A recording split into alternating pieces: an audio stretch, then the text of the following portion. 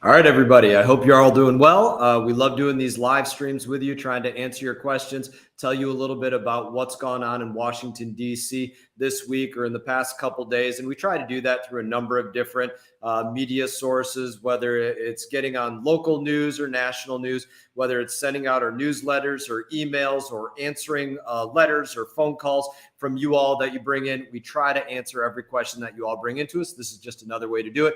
And if you want to know more about these live videos or when they're going to be scheduled, as we always say, like and subscribe, and then you'll know exactly when these live videos are going to take place. So to talk a little bit about this week so far, let's start with the Roe v. Wade leak, as it was called, or called by some people. I do actually think it was a leak, and I think it was designed intentionally beyond just the day of the leak. And I'll give you a quick story on what happened. So you go back on that leak happened on a Monday. You go to the Thursday just before that. I'm sitting on the Foreign Affairs Committee. We have Secretary of State Anthony Blinken testifying before the Foreign Affairs Committee. At the exact same moment, you had Homeland Security Administrator, the top person on the Homeland Security Agency, Mayorkas, who is absolutely guilty of perjury and lying to Congress on a host of different fronts, should 100% be impeached. He was testifying at the exact same moment, as well as the CDC. It's right at the same time that they were talking about the Disinformation Governance Board. It's right when all of that came out. And I was literally saying to my staff at that moment that they are putting all of the bad news out in one moment on one day, and they're going to try to bury this with something else in the next couple of days. And then sure enough, on that Monday, you saw this Roe v. Wade leak. Now, what is this Roe v. Wade leak all about? It's about the Supreme Court making a decision that would send power back to the states to determine what's going to happen with abortion as policy in each and every state. Now, there's there's obviously probably one of the most divisive issues that we could talk about in our country. But truthfully, I'm really not willing to have a debate on this without answering one question with anybody first. Anybody wants to have a debate on this with me? I will 100% have that debate on it with you, but you have to answer this one question first, because you're not going to define the terms of the debate in the middle of the debate. And this is that question. When does a life begin? Because we're talking about another life. Yes, my wife should have, the right to choose what she does with her body. And my young 7-year-old daughter, when she becomes older, 100%. And my sisters, 100%. But we're not just talking about their life. We're talking about another life. So if anybody wants to have that debate with me, let's do it. But you have to tell me, for you, when does a life begin? Does that life begin at conception for you? Does that life begin when there is a heartbeat, when there is brain activity? Does that life for you not begin until the child is outside of the womb screaming and crying and having goo wiped off of the child? When does the life begin for you? And then also answer, is a life worth defending? Maybe you should answer that one first. Is a life worth defending? And when does it become a life for you? And then I'm certainly willing to have this conversation, this debate, this whatever it is that you would call it. But that's a little bit on that Roe v. Wade leak. I want to talk about another piece of legislation, or rather a piece of legislation that we just moved through the House of Representatives a couple of hours ago. The South Florida Clean Coastal Waters Act. I did a little live video on this right after we passed that piece of legislation. It was my piece of legislation in the House of Representatives, Senator Rubio's piece of legislation in the Senate. They passed it through the Senate. We passed it through the House. It now goes to President Joe Biden's desk to be signed into law. And what is that piece of legislation all about? It is taking a task force of a number of government agencies that work on toxic poison algal blooms, like what they experience on the Mississippi or in the Lake Michigan region, Lake Erie, those areas. And it takes that task force, which has never focused on South Florida and Lake Okeechobee, where the most toxic algal blooms occur year after year after year, and then are sent somewhere by the federal government. It now takes that task force and moves them into looking at Lake Okeechobee and the issues of our toxic waterways that are occurring there. And it brings a lot of weight into the fight with NOAA and EPA and Corps of Engineers and a number of other federal agencies. So it's a great task force to be focusing on the South Florida harmful algal bloom issues. So another thing that's going on today, not just today, but this entire year, and really since President Biden got into office. And that is the number one thing that I hear about from people. It is inflation. Inflation affects every single one of us. It affects me. It affects my entire family. It affects my extended family. It affects all of my neighbors. It affects everybody in our district. We all feel it. I use this example quite often to say there's no such thing as farm to table, right? Sometimes we like to talk about, oh, where do you want to go out to eat? I want to go to a farm to table restaurant. There's actually no such thing as farm to table. There's farm to truck to table, right? There's manufacturing place to truck to Lowe's or Home Depot or Ace Hardware. There's refinery to truck to gas station. There's a truck in the middle of everything that gets delivered to the world out there. And then when we leave, if you want to use the grocery store as an example, right? There's food distribution place to Publix or Walmart or Winn-Dixie or whatever to those places. And then we load it into a vehicle and we take that vehicle back to our home. And the number one place that inflation begins is with Joe Biden's energy policies. I want to play a quick video of what Joe Biden has said about inflation, just so we're clear on the fact of what he has been saying, and then put up a quick chart. And I'll talk about that chart in a minute of where inflation and fuel prices have actually started and where they've gone. So let's play this video a minute to show where Joe Biden has been on this. And the data shows that most of the price increases we've seen were expected and are expected to be temporary. 17 Nobel laureates in economics sent me a letter recently saying that my proposals would actually reduce inflation.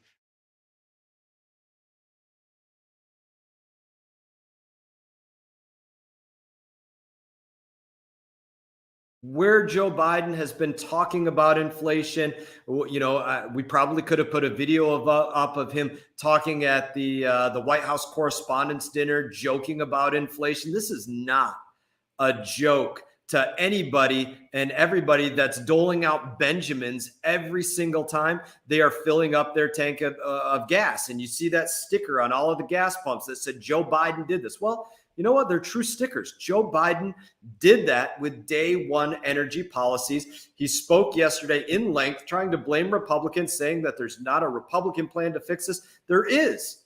It's eliminate Joe Biden's day one policies and go back to America First policies, sea to shining sea policies for America's food and America's energy, making sure that we can sustain ourselves as a country, making sure that we don't have policies in place that make it so there aren't new refineries coming online. There isn't new exploration going on, that these billion-dollar infrastructure projects are not being started because the administration is telling all of these companies, listen, the American population will not be using your energy whatsoever in 5 years or 10 years. If you say that, then there's nobody that will invest. There's nobody that will lend to get those projects online. That's where this all began. And eliminating the XL pipeline and, the list goes, the Keystone pipeline, and the list goes on and on. And I've given this list before of things that I believe that we could be doing right now that every Republican would be on board with to do if Democrats would move this to the floor. Get rid of the 18.4 cents per gallon gas tax, 24 cents per gallon diesel tax. Does that get it back down to $2.50, $3 a gallon? No, but it absolutely makes a difference to somebody, especially somebody that has a fleet of vehicles out there. Get rid of the excise tax, the 12% excise tax on big rig chassis, so that those people that are moving all of our goods and equipment from A to B don't have to pay an additional 12% on a new vehicle. That's something that you can do. Reverse those policies as it relates to the XL pipeline. That doesn't get it back on. That doesn't get it online tomorrow, but it certainly helps us with a problem that we see the writing on the wall for this years down the road because of these Biden energy policies. It doesn't just end this summer. It continues on this winter. It continues on into next spring and into next summer because of everything that is happening. And I've had a number of classified briefings on exactly what I'm talking about. This is not a problem that comes to an end just given that we hit summertime or something like that. It doesn't happen. So this needs to be looked at, reversing all of those policies, reversing border policies, reversing pretty much every anti-American policy that we see this administration, laying on the American people right now. So I did want to give you a chart real quick on just where fuel prices began under the Biden administration. And you can see in there where Biden was sworn in as president. And then you look at where they are as they're ramping up under his administration. And then you see they ramped up more as the Ukraine war began as well, and has been ongoing. But that's another perfect example, the Ukraine war, of why we need to have our energy from sea to shining sea. Because you don't know what's going to happen with the Ukraine or with Saudi Arabia or with Venezuela. God forbid that the Biden administration gets us into bed with Venezuela or Iran to start having them meet our energy needs. You don't know what's going to happen with those entities. So let's make sure that we can meet our needs from sea to shining sea, from the Atlantic to the Pacific, and up in Alaska and in American space. It is common sense for the United States of America, national security for the United States of America. Last thing I want to talk about before we go to all of your questions. And again, like and subscribe, ask your questions, write into our office, call our office, ask whatever you want. We will try to help you out in any possible way that we can. And I'll talk more about that in a couple of minutes, all of the different ways that we can help. But I want to go to one last subject just in things that I planned on speaking about, and that is Ukraine. Yesterday, there was a Ukraine funding bill on the floor of the House of Representatives. It was about $40 billion, and I did not vote in favor of that piece of legislation. There were things that I agreed with on it, and there's things that I didn't agree with on it. But in the end, here is why I did not vote in favor of, as much as I believe in supporting Ukraine to go out there and combat Russia, which they are doing in an incredibly effective way with an incredible commitment. But here's the problem with this legislation.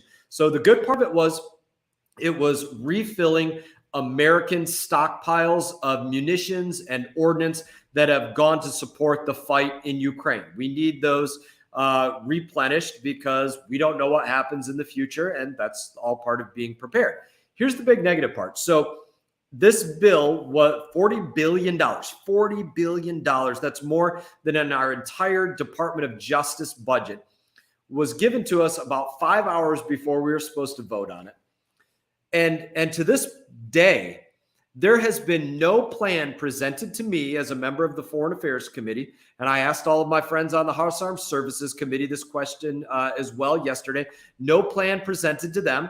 I actually yesterday on the floor, right before we voted for this, went to the Democrat majority leader, his name's Steny Hoyer, and I asked him this exact same question, if he could say on his side that they had been presented this information, and he said no as well. And that is this: has the Pentagon, the administration, come to you and said, this is what we get for those $40 billion that Congress just authorized to be spent? Do you get a Ukrainian victory? That is the anticipation. That's what intelligence believes will happen. Do you get a Ukrainian victory out of that? Or do you get 2 more months or 3 more months of the Ukrainians being able to fight off the Russians, and then we're going to be asked for another $40 billion? Or do you get an elevated nuclear threat posture or a reduced nuclear threat posture in a time that we can't say there's not 0% chance of nuclear war? Do you get that? Or do you get a host of other things? The Pentagon, the administration has certainly not come to Congress, the Foreign Affairs Committee, not the Senate Foreign Relations Committee, not the House Armed Services Committee, and said, this is what we think you will get out of spending that $40 billion. That's a problem. Not having a strategy, not having a plan of attack that you're presenting to those that you're asking for $40 billion of all of your money. That's a problem that they're not giving us that. And that's why I can't, one of the reasons that I simply can't support that. It's not going to happen. And to say one other thing, on this front, I had a hearing about a week ago with Secretary of State Blinken. And, you can go back and watch that video if you want. And I asked him very specific questions, of which he was unwilling to answer, about when does the United States of America either lift sanctions off of Russia or resume commerce with Russia. And I'm not trying to say that we should be in a rush to do any of those things, but I was hoping that he would talk to us about trigger points, thresholds that he thinks Russia needs to hit in order for any of that to occur. And he wasn't. Should there be a war crime tribunal for Vladimir Putin and Russians before any commerce is resumed with them, before we get any oil, gas, or anything like that from them? Should Putin be out of power? Should there be demilitarized zones? Should they nuclear demilitarize? Should they have to be out of Ukraine or out of Georgia, Crimea, other places? What are the commitments that we would expect, or the top diplomat of the United States of America right now, Secretary of State Blinken, what should he expect before they look to negotiate any resumed commerce with Russia? And they were really unwilling to give any answers on this. That is a major problem. So in that, as I said, like and subscribe. There's a host of things that you can reach out to us for, and I hope that you do. I always tell people, there's not an issue that's too small to call our office about or write in about. If you're dealing with the IRS and you call them once, or if it rang too many times for you, like you're saying, hey, the phone rang 5 times before they answered. We all wish that was the case instead of 3 times, and that pisses you off, give our office a call and we will get them on the phone, schedule a time to contact you and get them on the phone so that you don't have to waste your time waiting for them to answer the phone. Reach out to our office. Any kind of casework like that with the IRS, with the Department of Veterans Affairs, with Social Security Administration, Small Business Administration. If you're a veteran and you need help with any issue, you are my brothers and sisters in arms. There is not one thing that I would not do for you in this world. Reach out to our office, and we have a large number of vets as your congressional staff, both in the district back home and up here in Washington, D.C., a number of vets on our staff. So they get it. They're always happy to help and talk to you. Reach out to us. Let us know how we can help with any issue, no matter how small it is. And in that, I think, let's go to some questions from you all. If you all have questions, and I'll do my best to answer them. Like and subscribe, and it'll give you more opportunity to know when we are doing these things. Try to do them every week or every week and a half, 2 weeks as things are going on. Answer your questions. So says you also, here's a question that came in. Says you also previously mentioned setting red lines with Russia. What specific red lines should be set, and how should the U.S. enforce those red lines? So let me talk right now a little bit about some of the red lines that are not set right now. There are not red lines literally in place that says if Russia uses chemical weapons on Ukrainians, then America will do this, or NATO will do this. Or if Russia kills 10,000 Ukrainians or levels Kiev, or, you name it, pick your thing. There is not a red line. Now, I believe that it is important that we protect their sovereignty. I don't think that it's as important as protecting our sovereignty of the United States of America, because I'm an American, but I do believe that it is very important to stop their expansion through Europe. I thought that with what they did with Crimea, it is a ticking time bomb with them expanding in a way throughout Europe in the exact reason and light that NATO was created to begin with, to stop Russian expansion because of what they did historically and what they are doing again now. And it matters to us and to the globe if they control the breadbasket of Europe that produces 70% of wheat for the globe, or if they have a land bridge from Russia to the sea that controls where energy can flow through. They control every European pipeline. That matters absolutely to the United States of America if they control those things. Understanding the amount of exports that they do in terms of oil and gas, what the United States of America is still dependent on, largely because of this administration, and how that affects all of us. These things matter. So red lines that I think should be in place is, listen, Russia needs to be out of the Ukraine. There is no commerce whatsoever resumed, in my opinion, with Russia without them being out of the Ukraine, out of Crimea, and Putin being out of power. I believe, as I've said, these are my opinions. If I was the chief diplomat, the Secretary of State, this is what I would be saying to the president. You need to push for Russian nuclear demilitarization because of the way that they've escalated that and demilitarized zones along all Russian borders. That would be, and I would say also, as I've said before, war crime tribunals. Those would be minimum things that I would be pushing for. And certainly saying, the kind of weapons that they're using, chemical weapons, nuclear weapons, easily as big red lines. Those are big things that we could talk about. I will take the opportunity to say one other thing on chemical weapons. And I would ask you all to think about chemical weapons. If chemical weapons for you are a red line. Now, I was a bomb technician. I've literally had to work on chemical weapons, put on chemical suits, deal with everything that is related from beginning to end of working on chemical weapons. It is a big deal. It's nasty. The way that it kills and maims people with blister agents, with nerve agents. It is an unpleasant way to leave this world, as far as ways to leave this world go. And in that, as you think about chemical warfare, I'd ask everybody, if that appalls you, think about our southern border. What's the tie between our southern border and chemical weapons? Right now, because of our open southern border that Mayorkas, the Homeland Security Administrator, is 100% guilty of lying about. It is open. It is not secure. In fact, it is not even a priority for the administration to make it secure. Anytime you watch the administration talk about what they want out of the border, listen to them and you'll hear them say, well, we believe it should be humane and safe, and maybe they'll say inviting or something like that. They will not say the word secure because they don't actually believe that it should be secure. But what does that have to do with chemical weapons? All of the drugs, the fentanyl coming across that southern border, killing Americans. That is chemical warfare being waged on the borders of the United States of America, affecting every community and small town across our country and across Florida, everywhere from Palm Beach, West Palm Beach, Juneau, Jupiter, Palm Beach Gardens, Indiantown, Stewart, Hobe Sound, Port St. Lucie, Fort Pierce, you name it.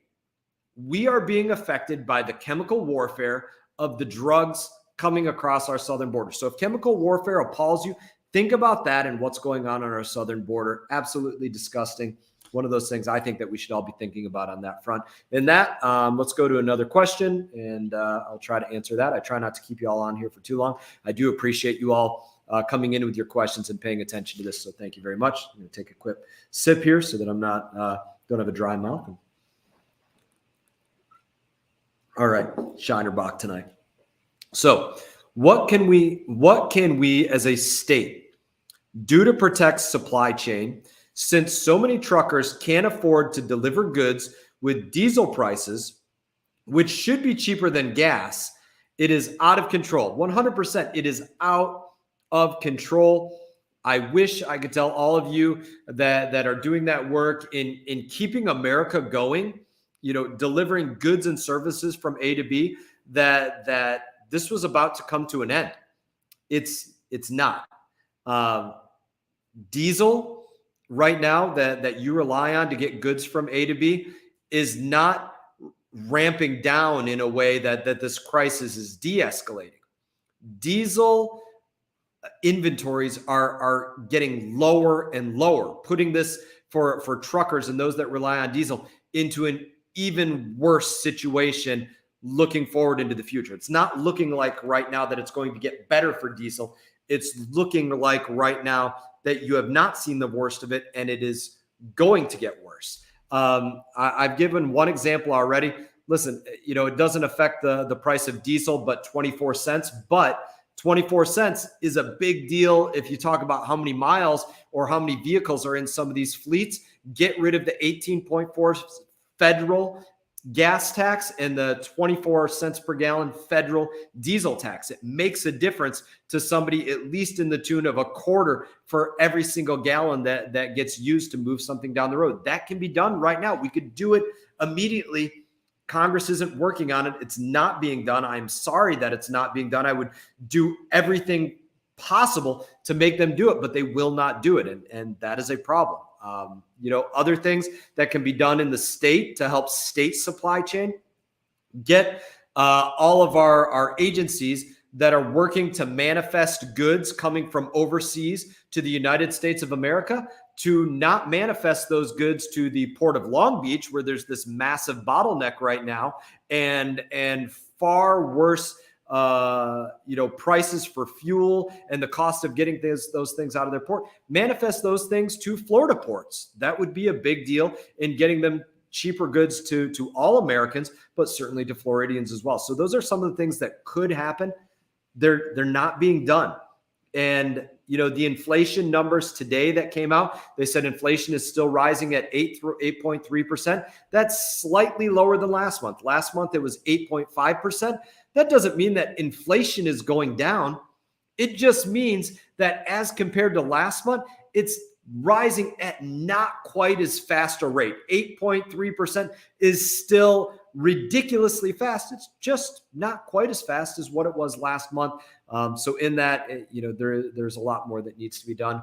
And I pray that Congress will start to work on this. So we're going to do one more question. And in that, I will just say again, thank you all for paying attention. Thank you all for, being in this fight, bringing your questions to our office in all of the various ways that you bring these questions to our office. Continue to do it. We will do everything we can to help you. I want to give one other point on how we will help you.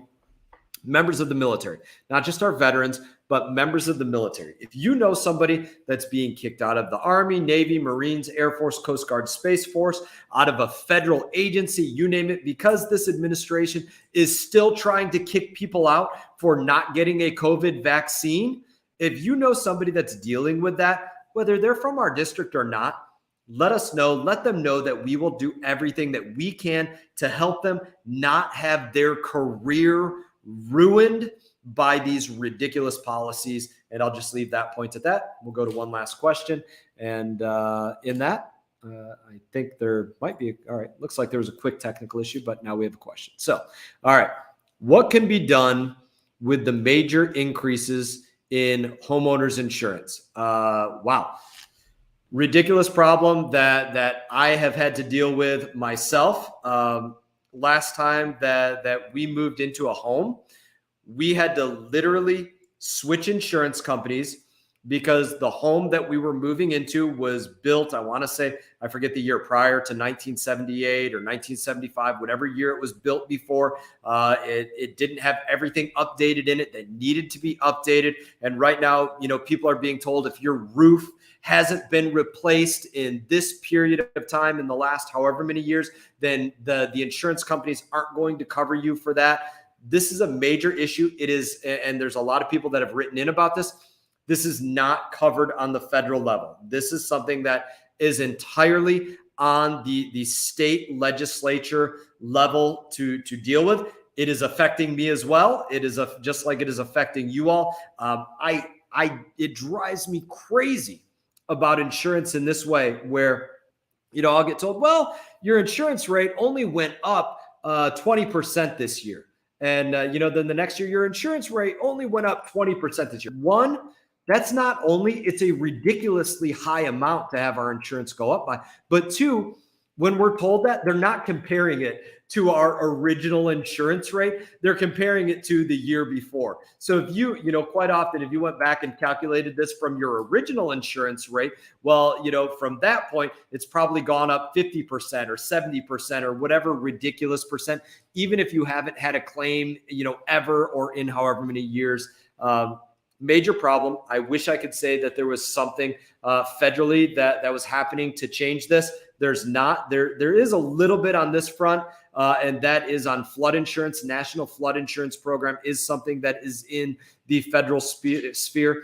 100% needs to be reformed. I've been on a various number of flood insurance reform bills that they haven't got over the finish line yet. I will continue to support them getting over the finish line, because flood insurance is another one of those places that we are getting absolutely hammered as homeowners, and especially new homeowners in the state of Florida. If you're a new homeowner, you're really getting hammered on that front. So write in with your questions. Always happy to help you try and find the right place to get your questions answered. If I am not the lane that can work to fix something in that, I would just say this one more time. like and subscribe, reach out, call us, write an email, write a letter. We will do whatever we can to help you with your issue. I do not care if you're Republican, Democrat, non-voter, independent. I do hope that you vote, but those things do not play a role in whether we help you with the